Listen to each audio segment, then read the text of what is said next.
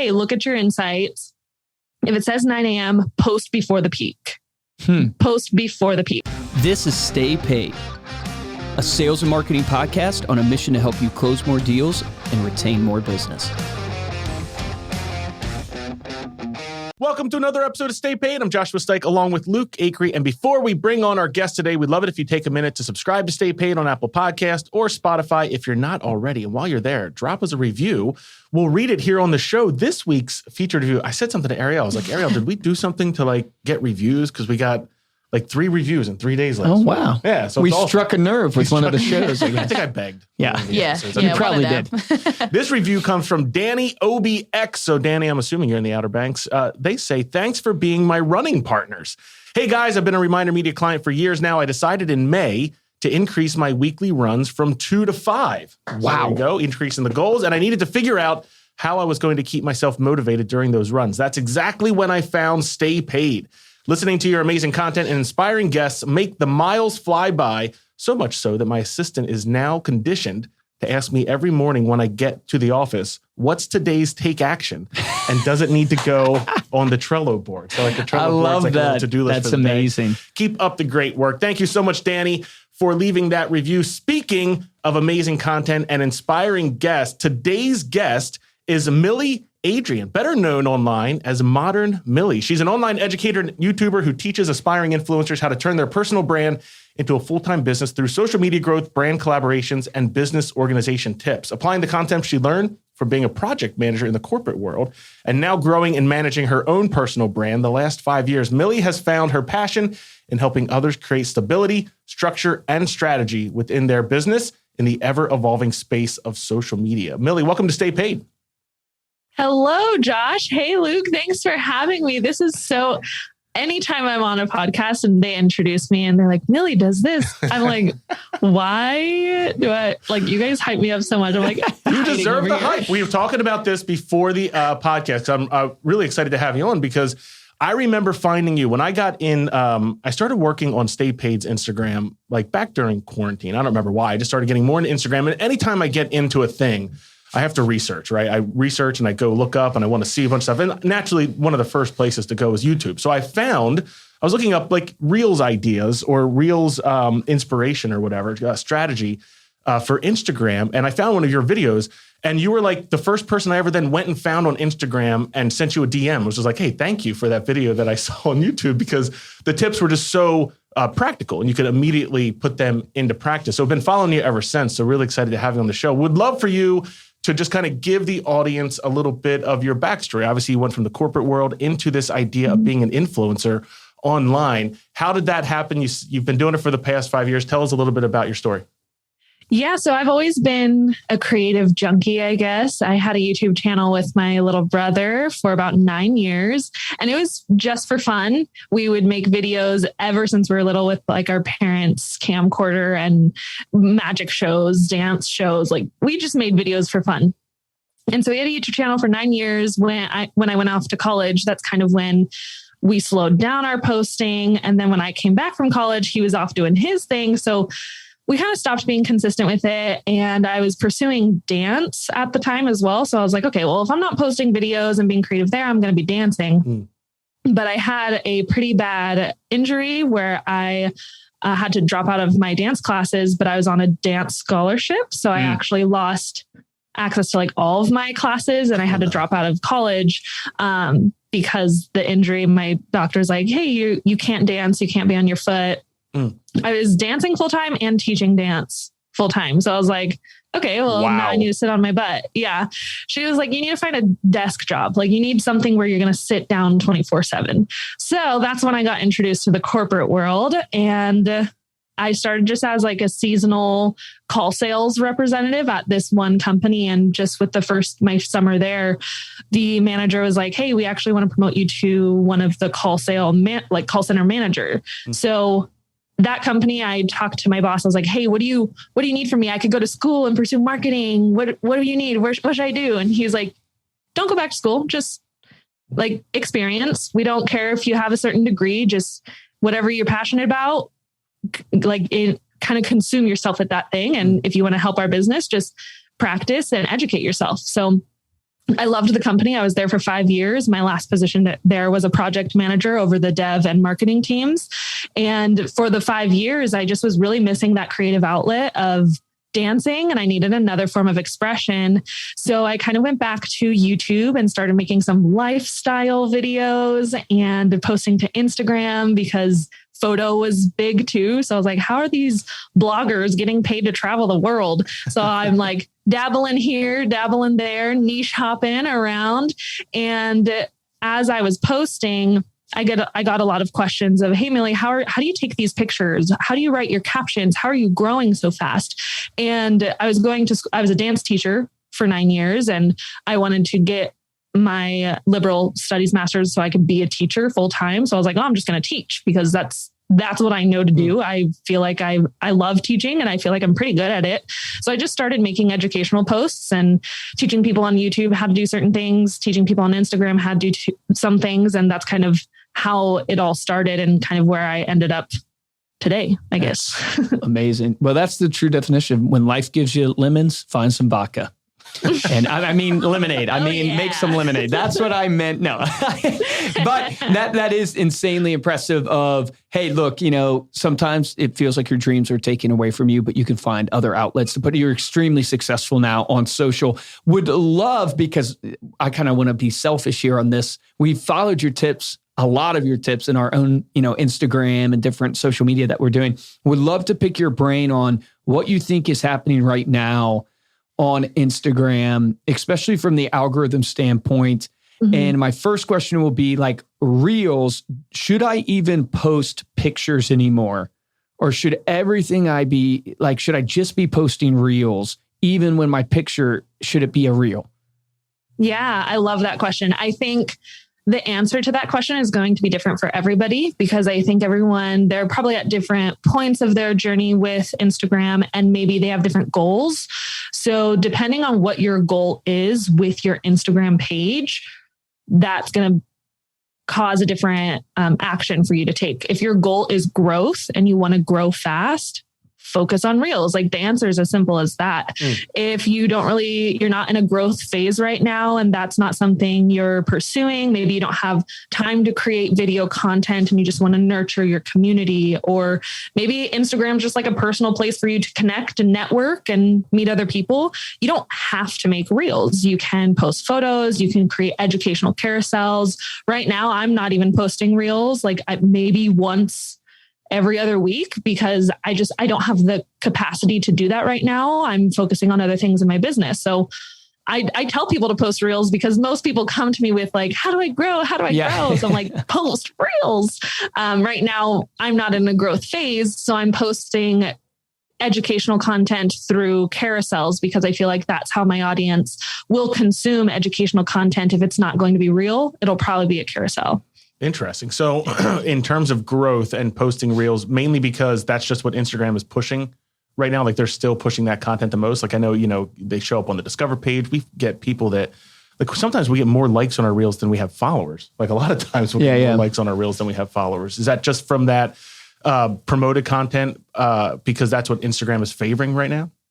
Yeah, Instagram's favoring it. That's one thing. It's a new feature. So when you adapt new features into your strategy, the new algorithm will adapt to you. And everybody's like, oh, the algorithm. I just want to clarify. There's actually multiple algorithms on Instagram. There's an algorithm for your stories, for your feed, for the explore page, for the Reels tab. There's plenty of different algorithms out there on the Instagram kind of back end. But for Reels specifically, yes, it's new. Instagram's pushing it, but they designed that algorithm to reach new people. So that algorithm specifically was created to get new eyes to your account.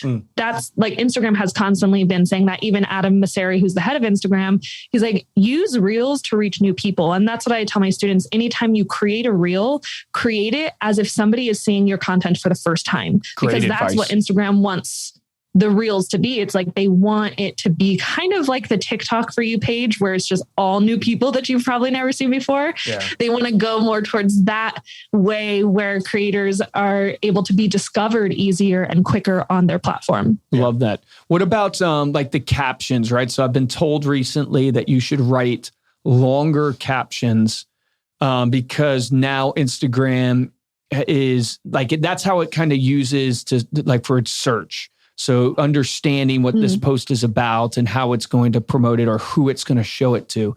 Any advice on like captions in general, like how long they should be or what, how I should think about writing them and stuff? Yeah. So I'm not going to sit here and say everybody should write a caption with 15 words or more. I'm not going to say anything like that. Most of my advice is, hey, test to see what works for you. But like a general rule of thumb for your captions, yes, you want them to be jam-packed with keywords or key phrases. And for anybody who doesn't know what keywords are, these are words that your target audience or the people who you want to follow you, what are they going to be typing in a search bar when they go to YouTube, Pinterest, Google, Instagram? What are they looking up? Just like with you, Josh, you were like, oh, I found you because I was looking up Reels tips. So I went to YouTube and I was like, Reels strategy, right? That phrase, Reels strategy, that's a keyword phrase. So I want to put, here are some Reels strategies that you could use to grow on Instagram. Right there, I had 2 phrases in the first sentence of my caption. And because I'm using those phrases, I can be easier discovered. And I'm also categorizing myself to Instagram and telling them, hey, push my content to people who are searching up these things. And of course, always have a call to action in your caption, no matter what. So a call to action is basically telling the reader or the user what sort of action they should take on your post. So like double tap this post if this resonates with you, save this post for later, tag a friend who you think needs this. All of those are call to actions. And so no matter how long or short your captions are, make sure you're focusing on some keywords, keyword phrases, and having a clear call to action either at the beginning or the end. That's great. We don't do that. We don't do the call to action. We used to do it. This is on me. I used to do it all the time. And then I sort of either got out of the habit of, or I'm not posting as much anymore. Yeah. So I've kind of. Yeah, I don't do that. That's great advice. Talk about that though a little bit, because I think a lot of people, they're not even sure how to track what content is doing well in order to do it again. Obviously, if you see you post something and it gets substantially more likes than any of your other posts, you're onto something. But what else are you looking at when you're in that growth mindset from an engagement or a statistics standpoint, analytics on Instagram that tell you, okay, this is working? And then do you just double down on that type of content? Yeah. So what I do, I have my phone out. So I'm going to like verbally walk through the process. So I have my phone, I go to my profile, I'm going to click insights, and I'm going to go, depending on what your goal is. So let's say the goal is growth. So you want to look at your stats for Reels because Reels will help with more growth. So I'm going to go to my Reels insights. I'm going to organize by maybe reach, because you want to reach more people, reach or interactions. Reach meaning, hey, this reel reached X amount of accounts. Yep. Post interactions means this post curated a lot of great engagement. So you can categorize by one of those 2 things. I'm just going to do reach. And then I like to do by the past 30 days or 3 months, depending on how frequently you're posting to Reels. Okay. I'm not posting to Reels a lot right now. So I'm going to do by the past 3 months. And I'm just going to look at this long list of Reels and see what is at the top half and the bottom half. The top half is telling me, hey, these ones got a lot of reach. What topics are these on? I'm going to look at what was the hook. So what was that first thing I did? What am I talking about? Is it an audio that I did a little lip sync to, or is it my voice? And then I'm going to look at the bottom half and be like, okay, what's trending in the bottom half of this list?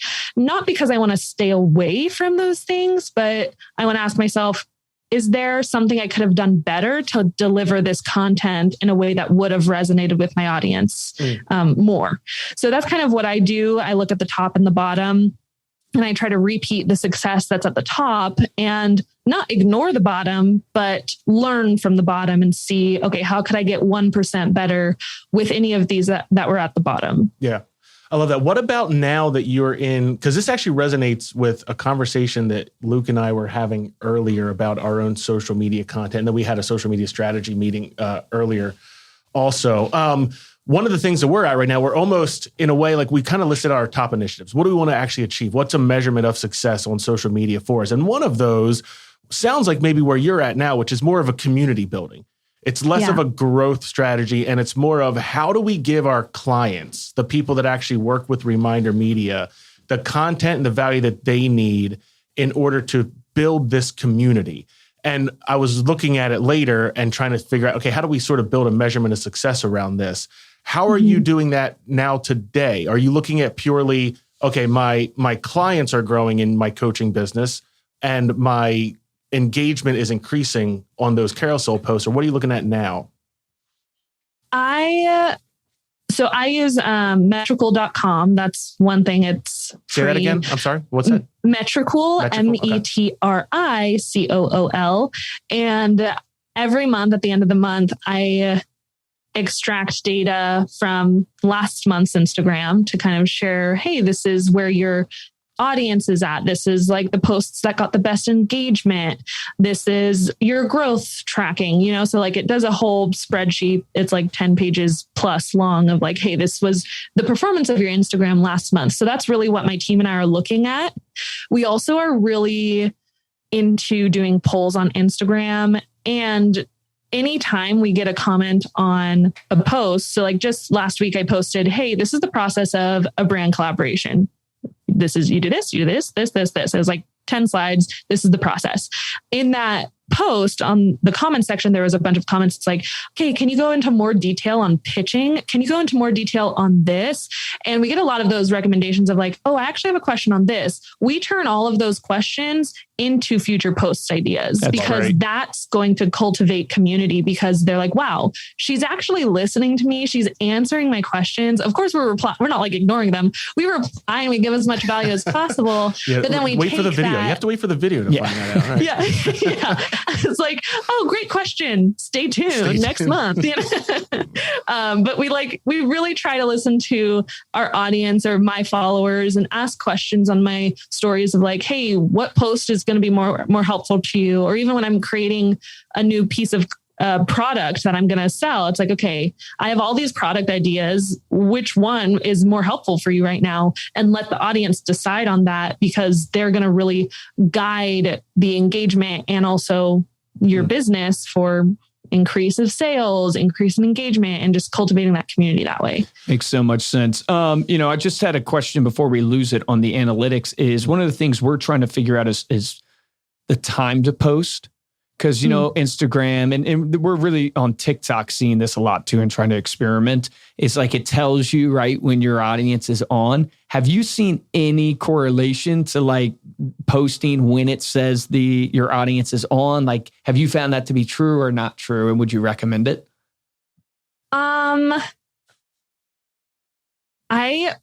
I don't look at that. Okay, that's fair. To be honest, what I created was like my own posting schedule. Literally 5 years ago, when I was like, I want to be an influencer, I picked a post time and I was like, I'm going to post at 9 a.m. 9 a.m. my time, Pacific Standard Time. I felt like it was good for my target audience, which like I want US based, like that's who I'm reaching for. So I feel like that's pretty good for New York, who's on East Coast. It's noon for them. Maybe their lunch break, they could scroll. So I told myself 9 a.m. that's going to be my post time. I haven't strayed from that since. So I feel like I've created a schedule almost like with my YouTube channel. On my YouTube channel, people know when to hear from me. Every Wednesday morning, 7 a.m., my YouTube video drops. Same thing with my Instagram. People know, okay, Monday, Wednesday, Friday in the morning, Millie's making her post. So yes, you can listen to those analytics. I think the most important thing is to test to see what's working well for you and where your audience is based, because where your audience is based is going to help guide the time that you should post. But really, it's up to you as a business to choose a post time and just stick to it. And it'll create like a habit with your audience, and they'll just know when to expect to hear from you. Yeah, it makes so much sense, because it is funny because my Instagram tells me 9 a.m., 6 p.m., and I think another one right around like 9 p.m. at night. But I have found that if I post at 7:30, and it could just be this mystical of my mind thinking this, but 7:30 a.m. in the morning gets the most interaction. And my theory is that, yes, most of my audience is on at 9 a.m., but more people are posting at 9 a.m. So it's way less likely that they see my post, where at 7:30, my audience is still up. they're still getting on their phones, but not as many people are posting. That's my theory. Yeah, you actually reminded me of a post that, again, Adam Mosseri made. All of the things I talk about, I try to back up with like proof from Instagram. Like if Instagram has a post about it, I'm not going to teach it. So that's why I always reference like, oh, in this blog post, and Adam Mosseri, blah, blah. But Adam, he did do an Instagram story. They asked, hey, when's the best time to post? His suggestion was, hey, look at your insights. If it says 9 a.m., post before the peak. Post before the peak. So if your peak says 9 a.m. and you're posting at 7:30, it's validating what he's saying of like, hey, post before that peak time and it'll work out for you. So I got one. I got one. I want to call that out though. What Mollie's saying, Adam Mosseri, make sure you do follow him on Instagram if you're looking for ways to grow, because he's the CEO of Instagram. Yeah. Head of Instagram. And he gives you the secret sauce. Like they're not hiding anything. They tell you how the platform works. Yeah, because they want to help their creators. Yeah, they want people to do well. Are you getting paid for your content from the Reels portion? Like I'm getting this pop-up now that says I can sign up to get paid, but it's like, have you gone through that? Is that worth it to go through that or? Yeah, I think it's worth it. I mean, if you're going to get even like an extra $25, it's like, hey, extra Starbucks a few times a month. I think a lot of people have been complaining about that because they're like, oh, you said I made money, but you're not paying me. You have to set up Reels bonus and your payout separately. So that's just something to think about. If Instagram's like, hey, set up your Reels bonus, set it up. And then you'll have to set up the payout separately in your creator dashboard or on your profile, 3 lines, creator, payout. That's how you can get there. But yeah, I think it's worth it. I'm getting an extra couple $100 a month just from like, yeah, so it's real. I wondered if it was real. No pun intended. I was like, this is crazy. It's like you could have earned $107. And I'm like, really? It's a lot of Starbucks right there. The only thing with those is it expires every 30 days. Okay, that makes sense. So if you join the Reels bonus and it's like, great, it's July 20th. Every reel that you post from now until August 20th, that's where you'll get paid. Once August 20th comes, any plays that you make from those previous videos won't go towards your future bonus. Interesting. What platform are you most focused on right now? Is it Instagram still? Is it YouTube, TikTok? Like where are you sort of focused on? It's YouTube for me. Okay, nice. Because it's so educational. Yeah, I feel for me, that's where I create my long form content. And for my content strategy, I have basically one piece of long form content that's like 10, 15, 20 minutes long. I write it. It's me, my brain, and not like, I know for sure this content is not copyrighted because it came from my brain. And then I give that script to my social media managers where they can then create Instagram carousels or blog posts or emails to send to my newsletter. So that's kind of what I focus on so that I can make sure content that my social media team is creating, it's not copyrighted. It's genuinely from me, my words, and my teaching. Love that. I love that. Talk a little bit about real quick, your creative process. So I know like whenever people want to make reels or come up with ideas for videos, and I love what you're saying because I think what you're proving out is, hey, you don't have to do videos to build an audience. Like you can do educational carousel style content, but when trying to do those reels, if you are in growth mode, Luke, you do content days where you'll sit down for Ariel days. And you'll sit down for like an hour, 2 hours and just record clip after clip after clip. Are you doing something similar where you're sort of batch creating all of your content, or is it all, when the idea comes to you, you're stopping and filming? For Reels specifically, because my creative process is a little bit different, YouTube compared to Reels. Reels, I do have batch days where I just like pump out as much as I can. I usually have saved audios where I'm doing voiceover or lip syncing and I'm like, no, with the audio.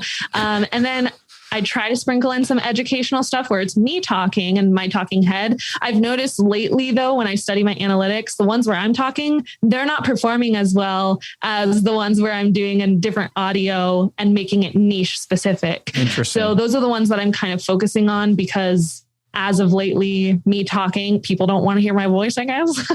Sorry for this podcast.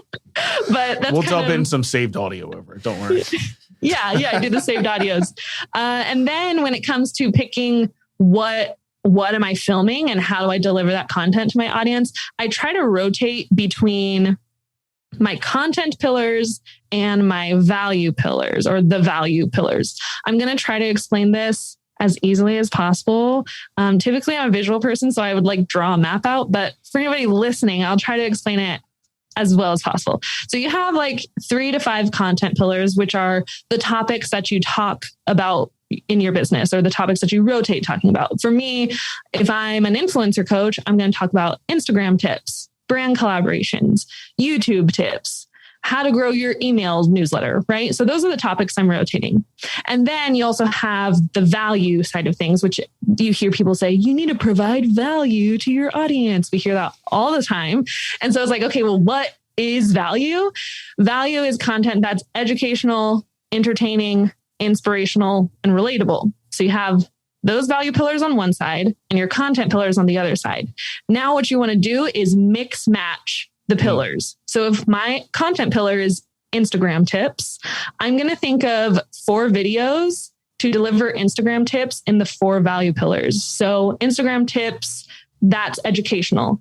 Instagram tips, that's inspirational. Instagram tips, that's relatable. Instagram tips, that's entertaining. And so the tips one, or educational, might be, here's 3 tips to grow your Instagram. The inspirational might be, look at my student who grew 30,000 followers in 2 months. And then relatable might be a voiceover or a lip sync video where it's like, every time Instagram updates their algorithm, and it's just like a funny thing, you know? So it's like, how can you deliver one piece of content in 4 different ways? Because that's going to attract 4 different types of people. Yeah, that's great advice. Yeah, seriously, that is really, really good. Okay, so I got to ask you on the burnout side of content, how do you avoid 2 things? How do you avoid ripping off other people? Because meaning like that's a hard thing in the content industry. And my view on it is like, it's not really ripping off, it's giving your take on something, right? So you got to make sure you give your authentic take, but I'd love to hear your piece on that. And then more I'm curious about is like the burnout. How do you not get burnt out with producing the content? Yeah. So we'll start with ripping off people because I love that. I think it's important. If you're doing content research, try not to consume during your content research time. So if you're sitting at your laptop or you're sitting on your phone and you're like, okay, I need some post ideas, instead of consuming other people's content, try to just like go to Google and look up your content pillars and see what searches are suggested to you. Go to, is it answerthepublic.com? Type in your content pillars there. It's like you can put in Instagram and then it's going to pop up all the common searches on Google answering who, what, when, where, why about Instagram. So why does Instagram, who is the head of Instagram? And you could create content answering those questions. So when you're doing content research, I try not to consume because I don't want there to be that gray area. But we also we're in this era where trending content is valuable and it helps people, blow up so fast because they're on trend. So if you're doing a trend and you're adapting a trend to your niche, when in doubt, always tag the original creator. That's my thing. If a creator inspired your post, even if you don't copy them, if a creator inspired your post, just say inspired by and tag I love them. That. It's really not that hard to give somebody a little pat on the back, a little high five and be like, dude, you inspired my content. Thank you so much. I'm going to give you a shout out. Spot even on. if it's not, copying them. So that's something that we do anytime. I have my Instagram graphic designer. She will create content with my YouTube scripts, but every once in a while she'll come across the YouTube or post on Instagram and be like, hey, this creator made a post. We really like it. Can we adapt it to your niche? And I'm like, yeah, she always tags the original creator because that's important to me, is like that community building. That's great. That's awesome. What about the burnout? Oh, great. Yeah. Burnout's a whole topic. I have experienced burnout significantly and not like in a pleasant way. I have like a whole story about it. We could go into it if you want to. But I think when it comes to preventing burnout, it's hard to prevent. because some people don't really know their limits until they've reached it. Correct. And I think that's the problem with like the hamster wheel effect that we're in. I see a lot of my students, they're creating content, and then one piece of content blows up and they're like, oh my gosh, I've gone viral. And then that is their new measure of success. And they're like, well, if this post didn't hit this many followers, or I'm not getting this many followers a day, I'm not successful. I need to keep pumping content out. And it's like, they're just on the hamster wheel running after this instant gratification that we make up for ourselves that doesn't have to exist. So I think a lot of it is trial and error. And sometimes, I'm not saying for everybody, but sometimes you don't know your limits until you've reached it. And then you do become burnt out. And then you're like, crap, I need to set better boundaries. So the prevention side of it is hard because we overestimate ourselves. That's what I do. I've done 3 times. I'm like, I got burnt out. These are my new boundaries. And then I got burnt out again. I'm like, crap, I didn't set good boundaries. And something to keep in mind is your boundaries and those limitations, they're going to change week by week and month by month. So maybe this month, my boundaries are, okay, well, I'm not going to be on Instagram on the weekends, or I'm not going to do anything on the weekends. That's my boundaries. But the next month, I need more of a break. And I'm like, okay, I'm going to take a break from Instagram and I'm only going to do YouTube.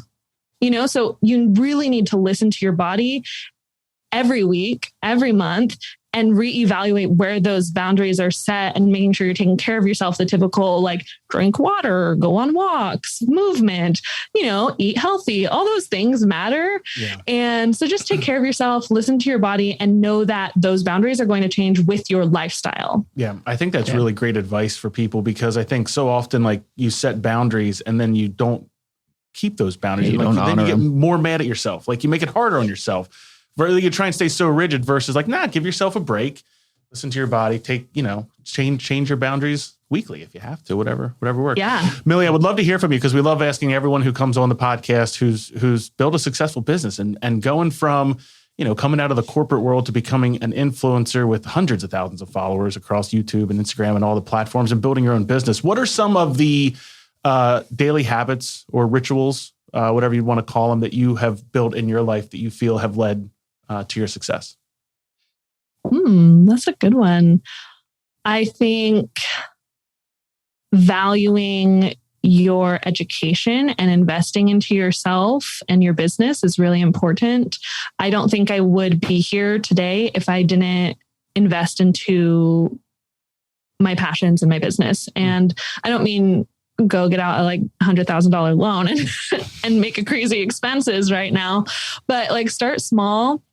I started with just doing watching YouTube videos, taking free master classes, but I don't think I was able to really up level my content until I bought my first online course. And then I was like, oh, wow, that online course really helped me. And let me buy another online course. So I've ended up buying multiple online courses throughout my entire journey. And I've hired a coach that has helped me. Like last year, I had a coach for a year, and just really taking the time to invest into those problem areas or the areas that are hard for you, including hiring a team. I know that's not like a habit or a daily ritual, but having a team daily, like people who are on my team, they're there every day. That's helped me a lot. Set boundaries for myself, because the first time I hit burnout, I was like, okay, that's a sign that I have to stop doing this on my own, because I was stubborn and I was like, no, I can figure it out. So I think investing is one thing, and listening to my body daily. We were just talking about like weekly and monthly, but every day I'm like, okay, what can I actually do today? And what am I in the mood to do today? Sometimes I like have it planned on my calendar of like, oh, next Monday, I'm going to batch a bunch of reels. And then it comes to Monday and I'm like, oof, really not feeling it. Maybe today I'll script YouTube videos instead. So really just being aware of how I'm feeling. And sometimes like there's like that fine line of lazy and and really listening to your body. So sometimes I'm just being lazy and I have to be like, okay, come on, Millie, like kick it into gear. But then sometimes it's really just like an energy thing or a hormone thing. And I need to listen to my body and respect like, hey, I need a day off today of just laying on the couch and scripting YouTube videos. Love that. Yeah, it's so good. Thank you so much for coming on, Millie, and sharing all of your advice. Before we close out, let people know how they can connect with you and if there's anything. I think you mentioned some courses that you have available. Yeah. So on Instagram, you can follow me at It's Modern Millie. Yes, it starts with It's Modern Millie. On YouTube. I consider it my main platform. That's where all my long trainings are. It's Modern Millie. So you can search for Modern Millie. Then I have 2 free classes that you can find on my website. It's modernmillie.com. One is how to build a 6-figure business as an influencer. And then the other one is how to start a YouTube channel in 2022, because no, you're not too late to start a YouTube channel. So those are like the 2 free classes that I have on my website for anybody who wants to take them. Awesome. Thanks again for coming on the show. And thank you all so much for listening. You can dive deeper into this episode, get those links that Millie mentioned along with the video of this show over at staypaidpodcast.com. If you enjoyed this episode and want to show your support, there's only 2 ways we ask you to do that. First is to head on over to Apple Podcasts, drop us another 5-star review with a comment so we can read it here on the show. Join the trend. We got the trend. The people are coming over. We got 3 comments and it's trending now, ladies and gentlemen. The best way to show your support is just to share this episode and share the show with a friend or a colleague. If you want to get hold of me or Luke, you can email us at podcast@remindermedia.com. And of course, you can find us on Instagram. We are at Stay Paid Podcast. And on TikTok, we're at StayPaid_podcast. For this episode of Stay Paid, I'm Joshua Stike. Guys, and I'm Luke Acree. Millie, thank you so much. So many tangible pieces of advice that people can implement. I love that. We've been following you and implementing your advice for years now, and it's really helped us. So I hope all of you will take advantage of her free courses and even go find some of her paid courses. Here's my action item for you that I think all of you should do. It will help you tremendously in your business. Is you need to find those pillars that Millie's talking about. What is your niche? What is your content pillars? And then what are the value pillars that you're going after? And that will help you so much in being able to create your content and then come out with different pieces of content based upon one piece of maybe you're going after email marketing like Josh and I do. And now you can go and do those value pillars and produce multiple pieces for you so you can stay consistent on your posting on social. Remember, the difference between top producers and mediocre producers in every single business is top producers take action. Take action on that today.